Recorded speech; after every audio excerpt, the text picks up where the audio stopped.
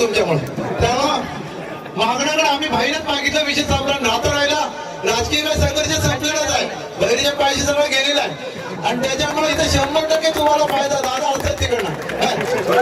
आम्ही काय भांडलो तर मध्येच कोण राहिलंय काय आणि त्याच्यामुळे राजकीय दृष्ट्या सगळं राजकारण इथलं संपलेलं आहे. सामंत साहेब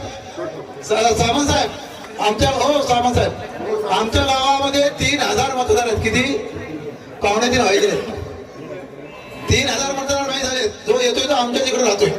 काय नाही काय कोण नाही त्याच्यातलं, सगळे पुढे गेलेले आहेत आणि इथं 100% फायदा दादाला तर लॉलीपॉपच आहे आणि म्हणून इथं 100 आज या ठिकाणी आहेत. मी आपल्या सगळ्या भावाचेचे असते, आमच्यातले ज्येष्ठ उद्योजक ते बोलत नाही पण करतात भरपूर.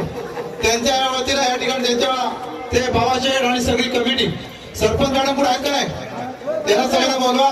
राज्याच्या पर्यटन मंत्र्याकडे आपण निवेदन देतोय, परंतु तुम्ही सगळ्यांनी स्वागत करायचं. एबीपी माझा, उघडा डोळे बघा नीट.